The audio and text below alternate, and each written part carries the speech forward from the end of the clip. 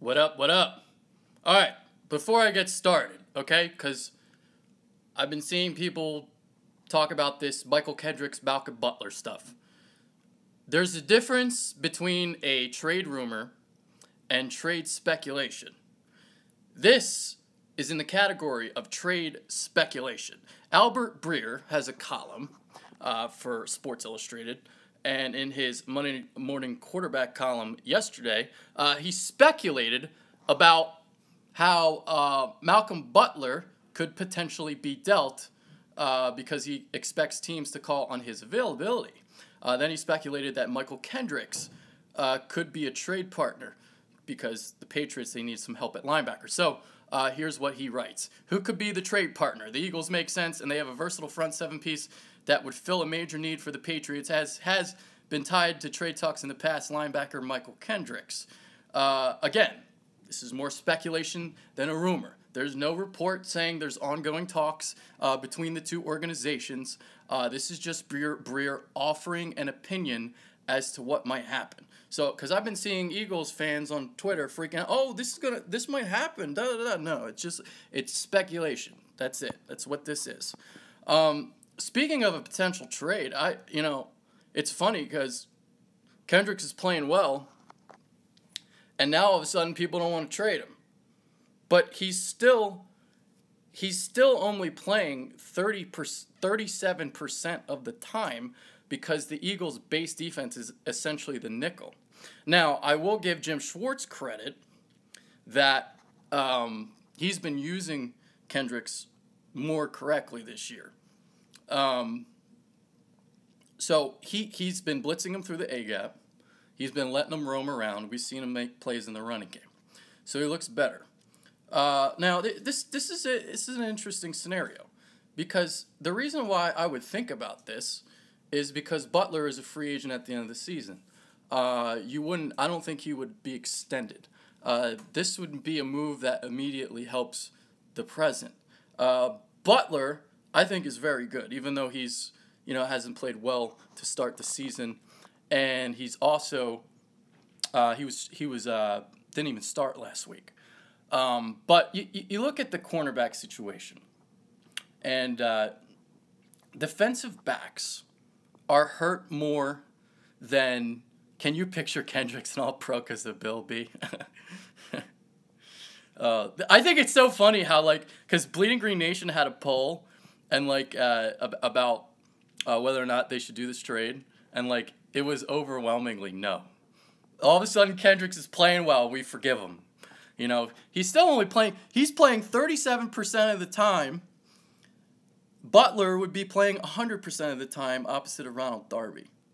You know what I mean? So you're looking at a talent that's two similar talents, but one guy's going to play 3 times as much as Kendricks. Kendricks in New England's going to play a lot, I would think so. This is an interesting one. I know people are probably not going to agree with me here, but there you go. I don't like Butler. Well, Butler's good, so he shut down Antonio Brown last year. Obviously, had that big rookie season, had the big interception in the Super Bowl. Here's the thing about why trading Kendricks. Well, Hicks and Bradham, but they're in nickel 70% of the time. So you only need 2 linebackers really, and then you got your other, your backups. So it's basically you only have 2 starters at linebacker. You have 3 cornerbacks. You essentially have 3 cornerbacks starting and 2 linebackers because nickel is base. Nickel is 70% of the time. Like I said, Kendricks played 37% of the snaps. So there you go. I don't want Joe Walker's starter. I just think it's so funny how all of a sudden Kendricks, everybody hated Mychal Kendricks 2 months ago. Now all of a sudden he plays 2 good games. All of a sudden he's back in our good graces. I think that's kind of funny. But it'll be interesting to see if Butler is dealt before the October 31st deadline. And, this is interesting too, okay? Because if he gets dealt, right, that means Eric Rowe gets more snaps. And if he plays 50% or more of the snaps, then the Eagles get a 3rd-round pick instead of a 4th from the Patriots. So here's the thing, though. There's a first-round tender on Malcolm Butler. I don't know if New England would necessarily deal him. So, yeah. If we can pick up better depth at linebacker, then I'd trade Kendricks. Yeah, I mean, cornerback, statistically, is the position where the most injuries happen. We saw Ronald Darby go down already. And, you know, if you bring Butler in for the rest of the season, you would have depth at the position. I don't think it's a terrible idea. Most people are going to disagree with me, and that's because Kendricks has had 2 great games, and, you know, we live in the present. We quickly forget how bad he was last year. So, linebacker and cornerback depth, weak on this team. Yeah, I mean, I'd rather have cornerback depth than linebacker depth. That's the way I look at it, especially with the receivers that the Eagles have to play. You know, so, all right, getting on to injury report news. So, a lot of craziness this week. All right, so Janoris Jenkins is going to be a game-time decision with an ankle injury. This is huge. I don't want to change this front 7. Hey, Butler's really good, though.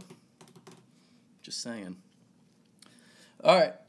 Janoris Jenkins is going to be a game-time decision with an ankle injury. Even if he can go, I don't expect him to be 100%. And that's huge for Alshon Jeffrey because Jenkins, I mean, I think he's a top 10 corner in the league. He's a big physical kind of corner.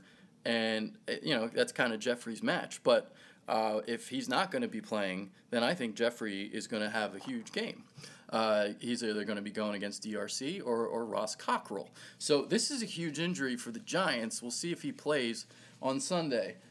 B.J. Goodson, rookie linebacker for them. Looks like he's not going to play with a shin injury. So that means undrafted rookie Calvin Munson from San Jose State is going to be their starter again at linebacker. Evan Ingram has cleared concussion protocol. He will play on Sunday. Bobby Hart, their right tackle, is going to be out with an ankle injury. They're going to slide Justin Pugh out to right tackle. Brett Jones is going to play left guard. Should I start Matt Ryan or Wentz in fantasy? Who's Matt Ryan playing? I'm trying to remember. Hold on, let me see.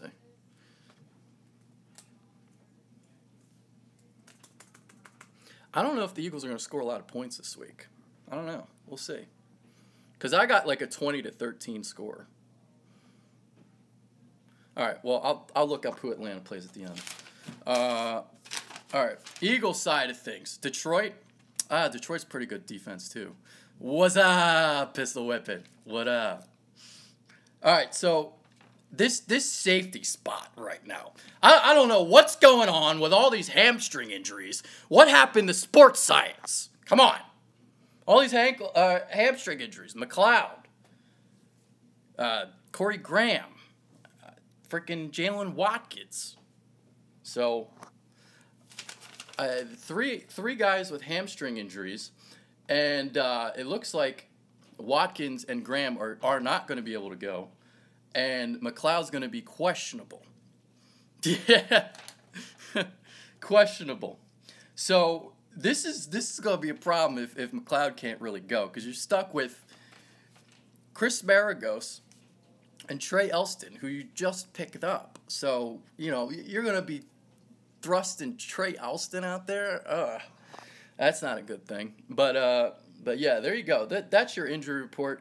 The Giants side of things is more drastic than the Eagles side of things, but all the Eagles injuries are at one freaking position. So, safety spot.